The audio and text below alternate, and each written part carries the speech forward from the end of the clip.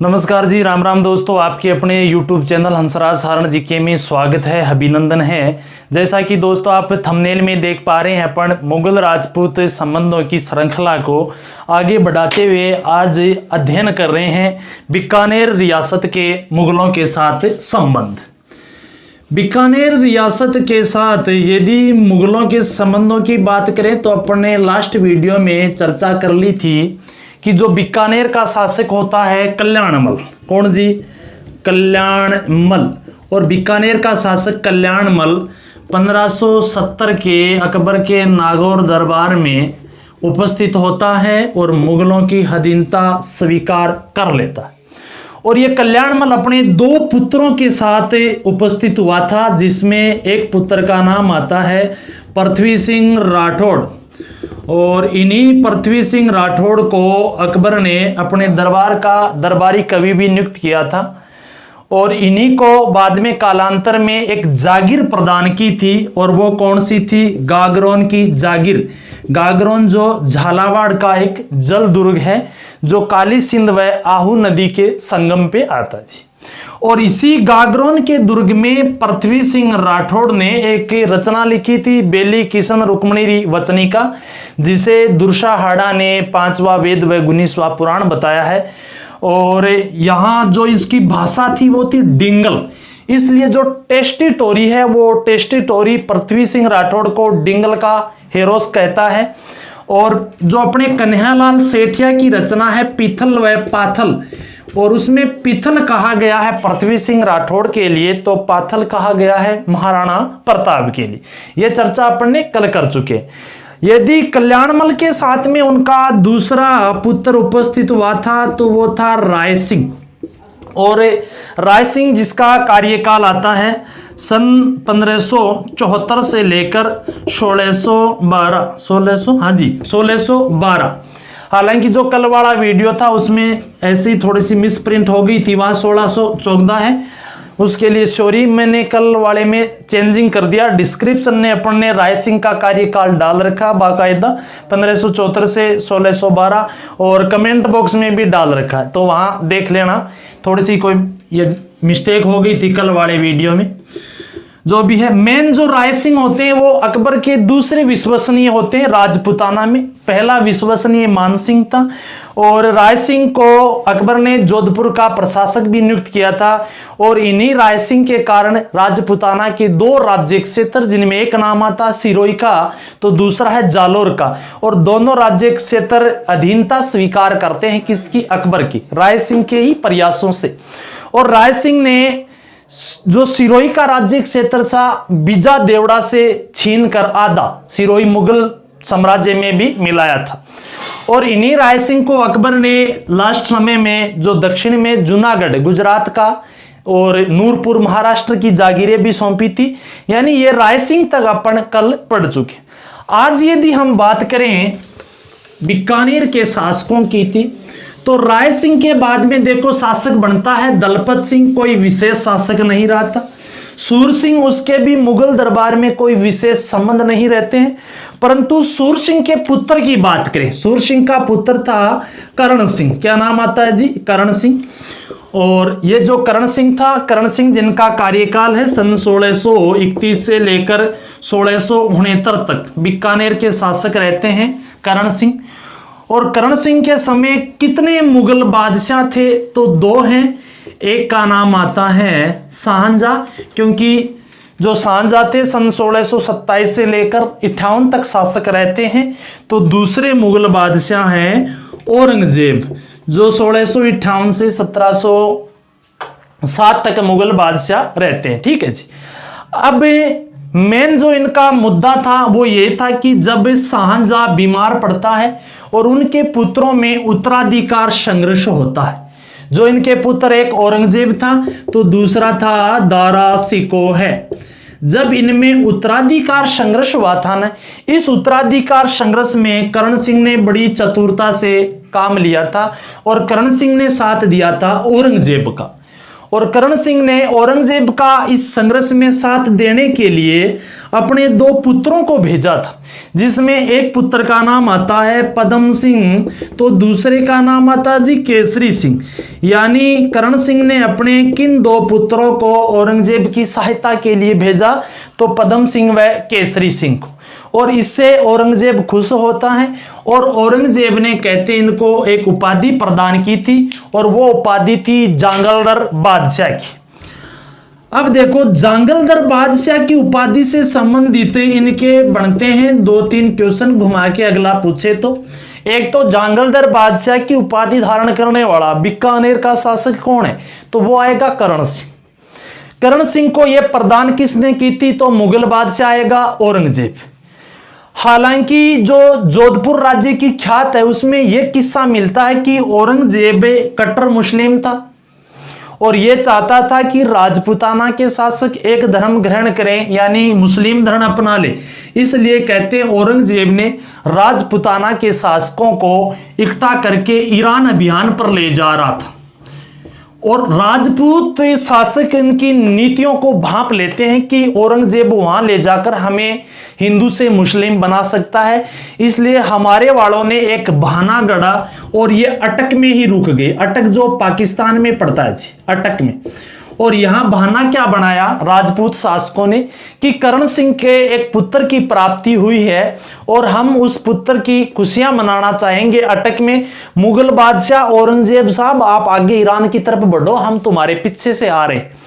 और कहते हैं यहां करण सिंह ने, जब मुगल फौज आगे बढ़ती है तो करण सिंह ने अटक से ही अपनी जो सभी राजपूत शासकों को वापस यहां से घुमा लिया और राजपूताना की ओर आ जाते हैं।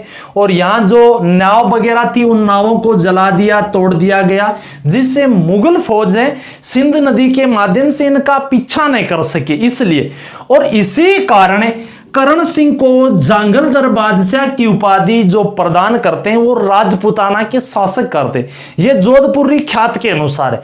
हालांकि जो फारसी तवारीखें हैं उनमें यही जानकारी मिलती है कि औरंगजेब ने करण सिंह को यह उपाधि दी थी। 100 बातों की बात यही है कि करण सिंह बीकानेर का शासक जिसने जांगलदर बादशाह की उपाधि धारण की थी। बस मेन जो इनका क्वेश्चन बनेगा यही बनेगा। और औरंगजेब का इन्होंने उत्तराधिकार संघर्ष में साथ दिया था, अपने पुत्र पदम सिंह व केसरी सिंह को भी भेजा था। अब देखो जी, उसके बाद में यदि दूसरा शासक था तो वो था अनूप सिंह। और ये अनूप सिंह सन 1669 से लेकर 1698 तक बीकानेर का शासक होता है। अनूप सिंह के समय मुगल बादशाह की यदि हम बात करें तो वो था कौन, औरंगजेब। और औरंगजेब के समय या कह सकते हैं अनूप सिंह के समकालीन औरंगजेब के साम्राज्य में दक्षिणी भारत में जब मराठों के विद्रोह होते हैं ना, उन मराठों के विद्रोहों का दमन करने के लिए अनूप सिंह ने काफी हद तक सफलता प्राप्त की थी। इसलिए औरंगजेब ने अनूप सिंह को माही भारतीय की उपाधि प्रदान की थी। अच्छा क्वेश्चन है, औरंगजेब ने माही भारतीय की उपाधि प्रदान किसको की है, अनूप सिंह। ये अनूप सिंह वही है जिसका काल बीकानेर चित्रकला का स्वर्ण काल कहलाता है। उसके बाद में यदि मेन तो देखो शासक तो कई होते हैं, परंतु बीकानेर का जो शासक याद रखने के लायक है वो है गज सिंह, यानी मुगल राजपूत संबंधों में। हालांकि सूर सिंह वगैरह भी शासक होते हैं। जो सॉरी गज सिंह था ना, सुजान सिंह होता उसके बाद गज सिंह था। इस गज सिंह को भी एक उपाधि प्रदान की थी, और वो उपाधि प्रदान किसने की थी, अहमद शाह ने। ये अहमद शाह अब्दाली नहीं है, ये मुगल बादशाह अहमद शाह है। और ये वही अहमद शाह जो मोहम्मद शाह रंगीला का पुत्र है। किसका, मोहम्मद शाह रंगीला का। और मोहम्मद शाह रंगीला का कोई ये बेगम का पुत्र नहीं है। हालांकि अहमद शाह मोहम्मद शाह रंगीला की कहते हैं प्रेमिका थी, नर्तकी, नाचने वाली उधम बाई, और उस उधम बाई का पुत्र होता है कौन, ये अहमद शाह। और इसी अहमद शाह ने बीकानेर के शासक गज सिंह राठौड़ को उपाधि प्रदान की थी, श्री राजराजेश्वर महाराजाधिराज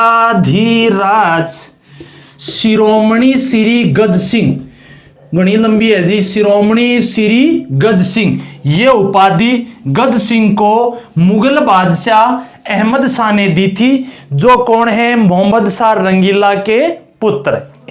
अब देखो, यदि पुत्र ने ऐसी उपाधि दी है तो ये किससे सीखा, पिता से। पिता कौन, मोहम्मद शाह रंगीला।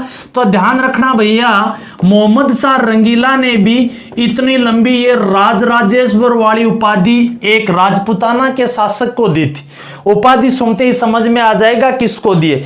मोहम्मद शाह रंगीला ने उपाधि दी है श्री राज राजेश्वर महाराजा धीराज सवाई राजा जय सिंह, यानी इन्होंने सवाई जय सिंह को यह उपाधि दी थी। कौन सी, महाराजा धीराज वाली। किसने, मोहम्मद शाह रंगीला ने। कहां का शासक है, जयपुर का शासक है, जो जयपुर की भी स्थापना करता है। कौन, सवाई जय सिंह। तो ये राजराजेश्वर वाली में कंफ्यूज ना होना। गज सिंह को प्रदान करता अहमद शाह मुगल शासक, तो अपने सवाई जय सिंह को प्रदान करता मोहम्मद शाह रंगीला। हालांकि सवाई जय सिंह को जो ये सवाई की उपाधि देता है वो कौन देता है, औरंगजेब। ये भी थोड़ा सा साथ में ही ध्यान रखना। हालांकि अपन जो आमेर रियासत के साथ मुगलों के संबंध है वहां अपन चर्चा कर चुके हैं। उसके बाद में यदि गज सिंह से कंफ्यूज होगे कि ये गज सिंह कौन है, ये बीकानेर का गज सिंह है। हालांकि मारवाड़ या जोधपुर का जो गज सिंह था ना, उस गज सिंह को भी एक उपाधि प्रदान की थी शाहजहां ने, जहांगीर ने। और ये जहांगीर ने कौन सी उपाधि दी थी, दल थंबन की, गज सिंह को। यानी जोधपुर के राठौड़ शासक गज सिंह को जहांगीर ने दल थंबन की उपाधि दी है। क्यों दी है, क्योंकि गज सिंह ने खुर्रम के विद्रोह का दमन किया था इसलिए। और बीकानेर के गज सिंह को श्री राजराजेश्वर वाली उपाधि दी है, किसने, अहमद शाह ने। और मोहम्मद शाह रंगीला ने राजराजेश्वर वाली दी है, किसको, सवाई जय सिंह को। हालांकि सवाई जय सिंह को सवाई की उपाधि प्रदान की है किसने, औरंगजेब ने। यह ध्यान रखना भाई। इसी के साथ बीकानेर रियासत के जो मुगलों के साथ संबंध समाप्त होते हैं।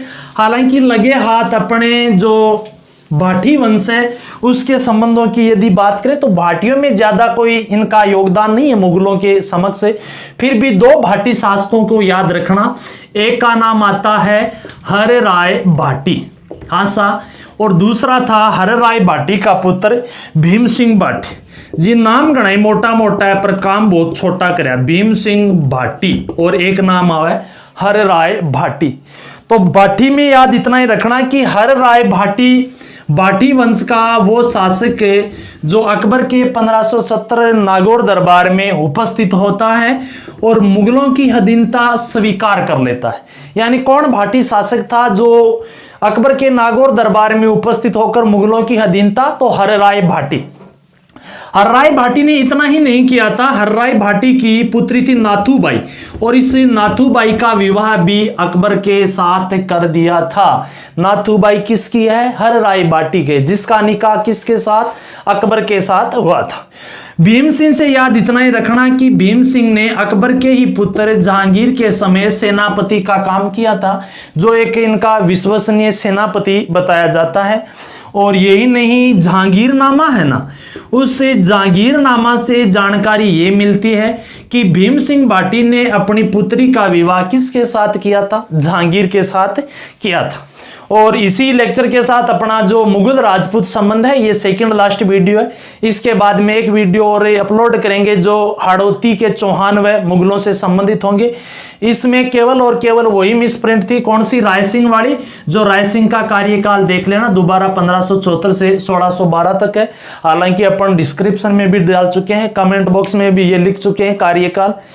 जिस किसी को वीडियो अच्छा लगे लाइक शेयर व चैनल को सब्सक्राइब करना। जी धन्यवाद।